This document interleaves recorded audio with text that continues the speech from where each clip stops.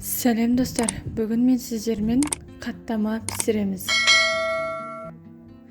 Жұмсақ және өте дәмді болып шығады.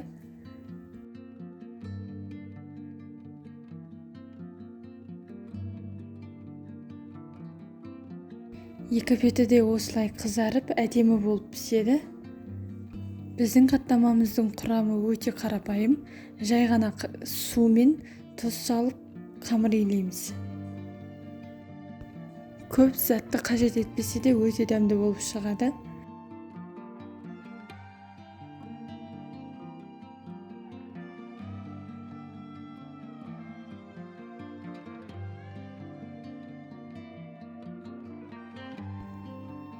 Қамырымызды илеп болғаннан кейін 4 бөлікке бөліп алдым.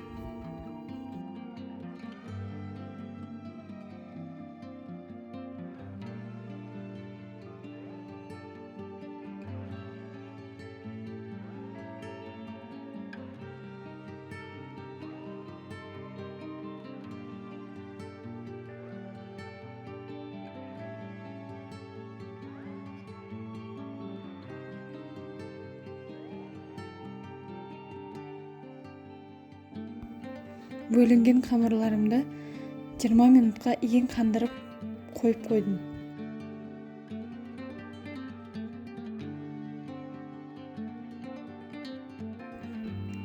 Ендігі кезекте қамырымызды жұқалап жаямыз.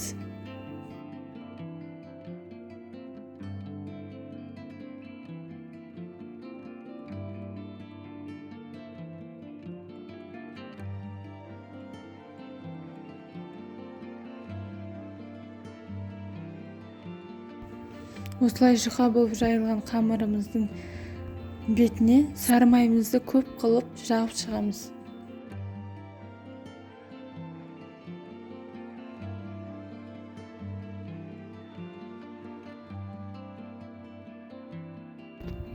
Осылай бір тегіс көп болып жағылған қамырымызды оқтауымызға ораймыз. Енді ортасынан бөліп шығамыз. Оқтауымызды алып 3 бөлікке бөліп алдым.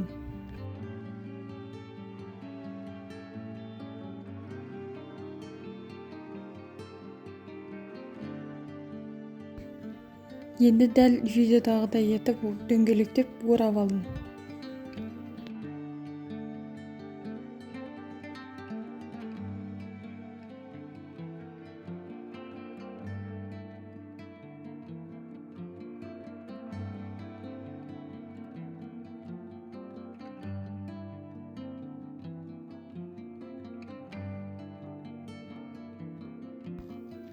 Енді дәл осылай жайып шығамын.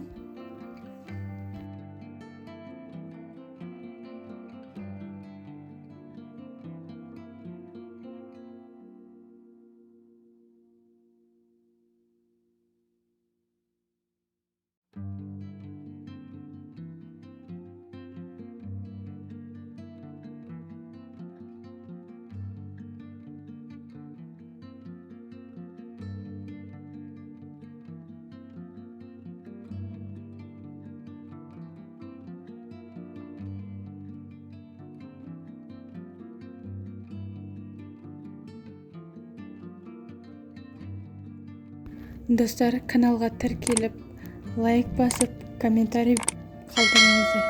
Және де қоңырауша белгісін басып, все деген таңдаңыздар. Сонда менің сіздерге әрбір салып отырған видеоларым көрініп тұрады.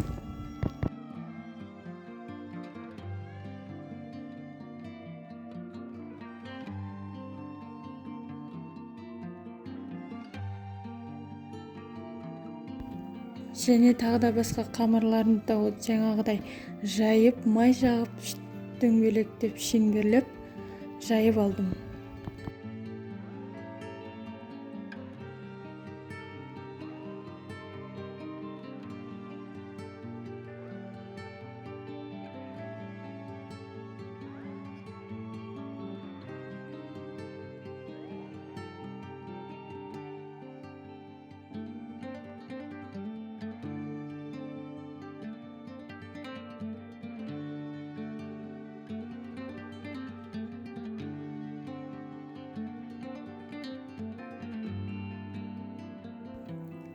Енді қызып тұрған табаға 4 ас қасық майымды құйып алдым.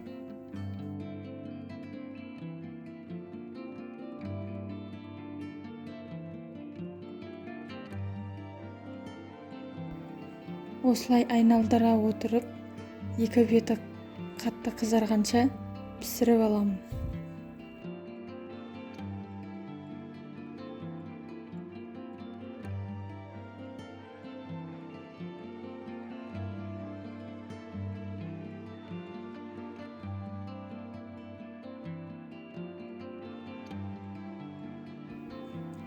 Әр қатаманы пісірер кезде 3 ас қасық сұйық май құйып пісіремін.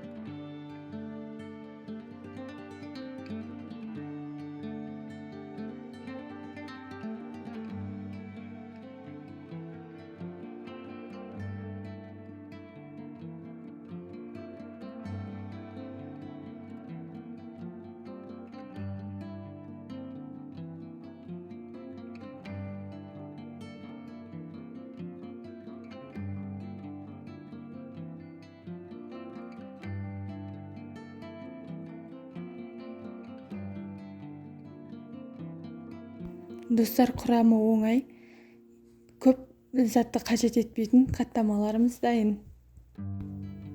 Осымен біздің қаттамаларымыз пісіп болды. Өте керемет, әдемі, дәмді болып шығады. Егер өз қалауларыңыз бойынша бетіне қант сепсеңіздер де болады. Мен екеуіне ғана қант септім. Өте дәмді болып шығады. Сіздер де жасап көріңіздер. Егер сіздерге ұнап жатса, маған комментарийға қалдырыңыздар.